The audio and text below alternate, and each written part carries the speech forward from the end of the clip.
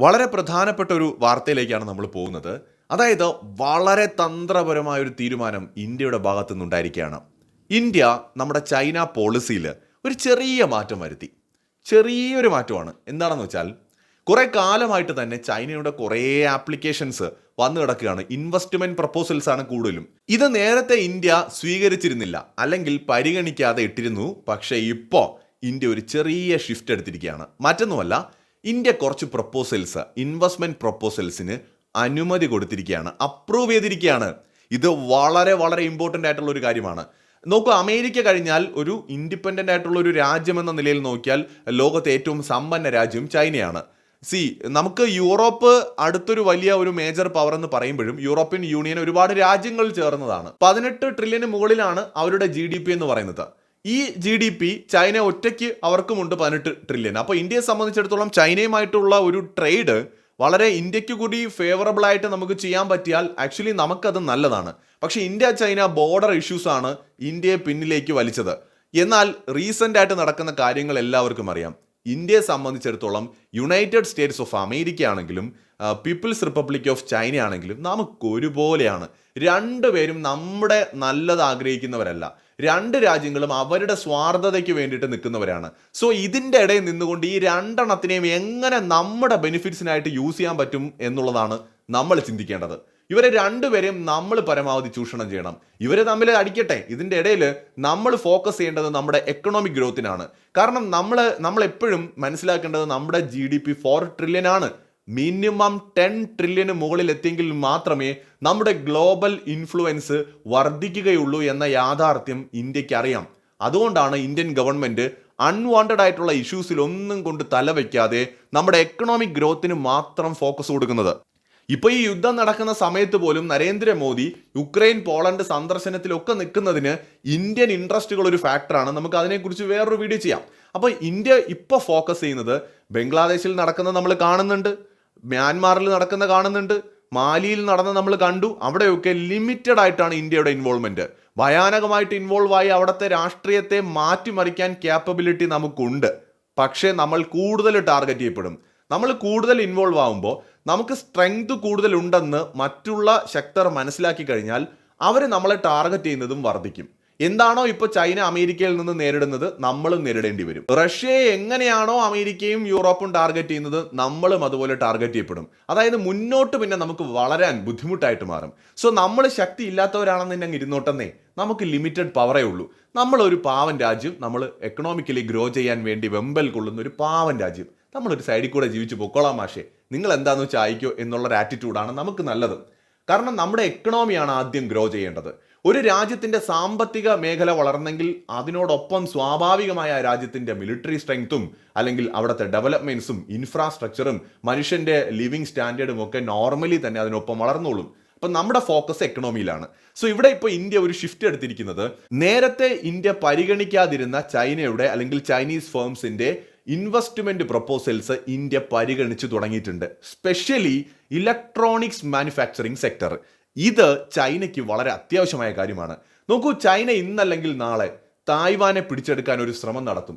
കാരണം American influence ചൈനയുടെ മൂക്കിന്റെ തുമ്പിൽ ഉണ്ടാകാൻ ചൈന സമ്മതിക്കില്ല. തായ്വാനെ ഇന്നല്ലെങ്കിൽ നാളെ അവർ തീർച്ചയായിട്ടും അറ്റാക്ക് ചെയ്യും, അല്ലെങ്കിൽ അവിടെ രാഷ്ട്രീയ അട്ടിമറി നടത്തിക്കൊണ്ട് പിടിച്ചെടുക്കും. അത്തരമൊരു സന്ദർഭത്തിൽ അമേരിക്കയ്ക്ക് ചൈനയുടെ മേൽ ഉപരോധം ഏർപ്പെടുത്തേണ്ടി വരും. അമേരിക്കയും യൂറോപ്പും ഉപരോധം ഏർപ്പെടുത്തുമ്പോൾ രണ്ട് പ്രശ്നങ്ങൾ വരും. ഒന്ന്, ആ ഉപരോധം കാരണം ലോകത്തിനും പ്രശ്നങ്ങൾ ഉണ്ടാവും. കാരണം ലോകത്തിന്റെ ഫാക്ടറി എന്ന് പറയുന്നത് ചൈനയാണെന്ന്. അപ്പൊ ചൈന ഉപരോധത്തിലായി കഴിഞ്ഞാൽ ഒരിക്കലും നമ്മുടെ ട്രേഡ് പോസിബിൾ ആവില്ല, ഷിപ്പ് മൂവ് ചെയ്യില്ല. എങ്ങനെയാണ് മറ്റു രാജ്യങ്ങളിലേക്ക് ഉൽപ്പന്നങ്ങൾ എത്തില്ല. അപ്പൊ അതിനെ മറികടക്കാനാണ് യുഎസും യുഎസിന്റെ പാർട്ടായിട്ടുള്ള കമ്പനികളുമൊക്കെ സ്വാഭാവികമായിട്ട് ഇപ്പോഴേ China +1 പോളിസിയുമായിട്ട് പോകുന്നത്. കൂടുതലും അവർ ഇന്ത്യയിലും വിയറ്റ്നാമിലും ഒക്കെയാണ് ഇൻവെസ്റ്റ് ചെയ്യുന്നത്. സോ ഇതേ പോളിസി ചൈനയ്ക്കും ആവശ്യമാണ്. ചൈനയിൽ ഒരുപാട് കമ്പനികൾ പ്രൊഡക്ഷൻ നടത്തുന്നുണ്ട്. അപ്പോൾ ഒരു എമർജിങ് പവറാണ് ഇന്ത്യ. ഇന്ത്യക്ക് ജിയോ പൊളിറ്റിക്സിനകത്ത് നല്ല ഇൻഫ്ലുവൻസ് ഉണ്ട്. യുഎസുമായിട്ടും അവരുടെ സഖ്യരാജ്യങ്ങളുമായിട്ടും നല്ല ബന്ധമുണ്ട്. അതോടൊപ്പം റഷ്യയും നല്ല രീതിയിലാണ് ഇന്ത്യ നിർത്തുന്നത്. അപ്പോൾ ഏതെങ്കിലും ഒരു സമയത്ത് ചൈനയ്ക്ക് ഒരു ഉപരോധം വന്നു കഴിഞ്ഞാൽ അവരുടെ കമ്പനികളുടെ പ്രൊഡക്ഷൻ നിന്ന് പോകരുത്. ഇപ്പം ചൈനയിൽ നിന്ന് ഒരിക്കലും അവർക്ക് പ്രൊഡക്ഷൻ നടത്താൻ പറ്റില്ല. അപ്പോൾ അവർക്ക് ഇന്ത്യയിൽ പ്രൊഡക്ഷൻ ഉണ്ടെങ്കിൽ ഇന്ത്യയിൽ നിന്ന് അവർക്ക് ട്രേഡ് ചെയ്യാൻ പറ്റും. കാരണം ഇന്ത്യയിൽ പ്രവർത്തിക്കുന്ന ചൈന ആസ്ഥാനമായിട്ടുള്ള കമ്പനികൾക്കും സ്വാഭാവികമായി ഇന്ത്യയിൽ നിന്നുള്ള ട്രേഡിൽ പങ്കെടുക്കാൻ പറ്റും. അപ്പോൾ ഇവിടെ നിന്ന് അവർക്ക് അവരുടെ ചരക്ക് ഒരു പരിധിവരെ നീക്കാം. അപ്പോൾ അതുകൊണ്ട് ചൈനീസ് കമ്പനികൾ ഇന്ത്യയിൽ കൂടി അവരുടെ നിക്ഷേപങ്ങൾ തുടങ്ങാൻ കുറെ നേരത്തെ തന്നെ ശ്രമിക്കുന്നുണ്ട്. പല കമ്പനികൾക്കും ഇവിടെ പ്രൊഡക്ഷൻ ഉണ്ട്. ഇപ്പോൾ MI പോലെയുള്ള കമ്പനികൾ അവരൊക്കെ ഇന്ത്യയിൽ പ്രൊഡക്ഷൻ നടത്തുന്നുണ്ട്. അപ്പം നാളെ ഇപ്പോൾ ചൈനയ്ക്ക് ഒരു ഏതെങ്കിലും തരത്തിലുള്ള ഒരു ഉപരോധം നേരിട്ടാലും ഇന്ത്യയിൽ പ്രവർത്തിക്കുന്ന കമ്പനികൾ കുറെ കൂടി സേഫ് ആയിരിക്കും കമ്പാരിറ്റീവ്ലി. അല്ലെങ്കിൽ തന്നെ അത്തരം കമ്പനികളെ ബാധിക്കാത്ത ഉപരോധമായിരിക്കും US-ന്റെ ഭാഗത്തുനിന്ന് ഉണ്ടാവുക. അപ്പോൾ അത് സ്വാഭാവികമായിട്ടും അവർക്ക് ഇന്ത്യയിൽ നിന്നുകൊണ്ട് അവരുടെ ട്രേഡ് കണ്ടിന്യൂ ചെയ്യാനായിട്ട് അവരെ സഹായിക്കും. കമ്പനികൾ എന്നേക്കുമായി നശിച്ചു പോകുന്നതിൽ നിന്ന് അവരെ സംരക്ഷിക്കാനായിട്ട് പറ്റും. അപ്പോൾ അതുകൊണ്ട് ചൈനയ്ക്കും ഇന്ത്യയിൽ ഒരു പരിധിവരെ അവരുടെ കമ്പനികൾക്ക് നിക്ഷേപം നടത്തേണ്ട താല്പര്യമുണ്ട്. മറ്റൊരു പ്രധാന കാരണം നേരത്തെ പറഞ്ഞതുപോലെ ഇന്ത്യ ഒരു വലിയ വിപണിയാണ്. ഇന്ത്യൻ വിപണിയിൽ അമേരിക്കയ്ക്ക് ഉള്ളതുപോലെ തന്നെ താല്പര്യം ചൈനയ്ക്കുമുണ്ട്. കാരണം അവരുടെ പ്രോഡക്റ്റുകൾ ഇന്ത്യയിൽ വിൽക്കണമെങ്കിൽ അവിടെ നിന്ന് ഇങ്ങോട്ട് തോന്നും പോലെ കയറ്റുമതി ചെയ്ത് വിൽക്കാൻ പറ്റില്ല. ഇന്ത്യയിൽ ഇൻവെസ്റ്റ് ചെയ്താലേ പറ്റൂ. ഇൻവെസ്റ്റ് ചെയ്യാൻ തയ്യാറായിട്ട് കുറെ കമ്പനികൾ കുറെ കാലമായിട്ട് നിൽക്കുന്നുണ്ട്. അവരെ എല്ലാവരെയും ഒന്നും ഇന്ത്യ അപ്രൂവ് കൊടുക്കുന്നില്ല. അതുപോലെ തന്നെ ഇന്ത്യൻ കമ്പനികളിൽ ഇൻവെസ്റ്റ് ചെയ്യാൻ താല്പര്യമുള്ള ചൈനീസ് ഫേംസ് ഉണ്ട്. അവിടെയൊക്കെ തന്നെ അവരെ മാറ്റി നിർത്തിയിരുന്നുവെങ്കിൽ ഇപ്പോൾ ഇന്ത്യ ഒരു ചെറിയ മാറ്റം കൊണ്ടുവന്നുകൊണ്ട് ഇലക്ട്രോണിക്സ് മാനുഫാക്ചറിംഗ് സെക്ടറിൽ ചൈനീസ് കമ്പനികൾക്ക് ഇൻവെസ്റ്റ് ചെയ്യാനുള്ള അപ്രൂവൽ കൊടുത്തിരിക്കുകയാണ്. ലിമിറ്റഡ് ആണ്, ബട്ട് ചെറിയൊരു ഷിഫ്റ്റ് ഇവിടെ വന്നു.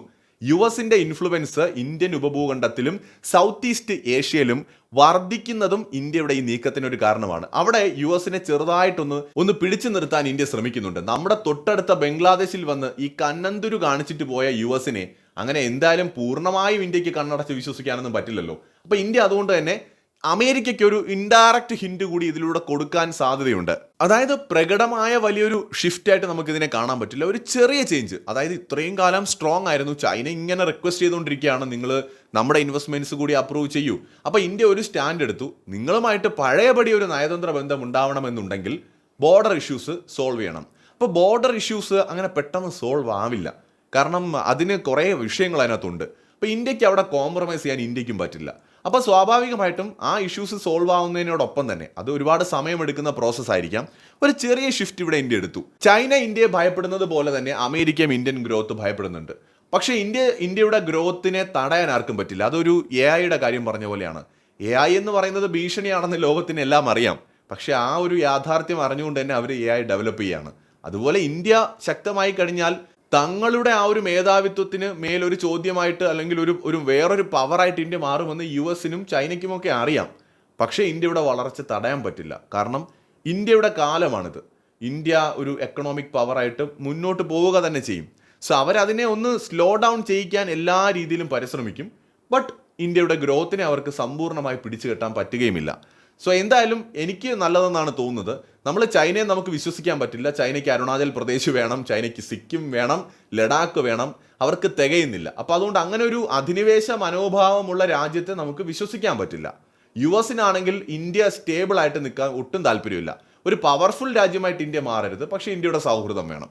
അപ്പോൾ ഇവർ രണ്ടുപേരും നമുക്ക് ഒരുപോലെ ഒരു ഭീഷണിയാണ്. ശരിക്കും ഇരുതല മൂർച്ചയുള്ള വാളുകളാണ് ഇവർ. അപ്പോൾ ഇവരെ പരമാവധി ചൂഷണം ചെയ്യാനാണ് ഇന്ത്യ ശ്രമിക്കേണ്ടത്.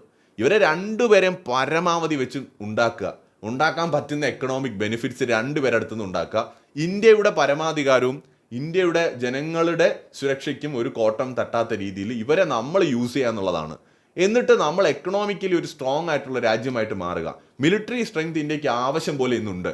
പക്ഷെ നമുക്ക് വേണ്ടത് എക്കണോമിക് സ്ട്രെങ്ത് ആണ്. എക്കണോമിക് സ്ട്രെങ്ത് കൂടി വന്നാൽ നമുക്ക് സ്വാഭാവികമായി നമ്മുടെ മിലിറ്ററിയും അതുപോലെ നമ്മുടെ ടെക്നോളജിക്കലി ഉള്ള ഒരു അഡ്വാൻസ്ഡ് ആയിട്ടുള്ള ഒരു മുന്നേറ്റവും ഒക്കെ സാധ്യമാകും. അതിനോട് അനുബന്ധമായി തന്നെ നടക്കും.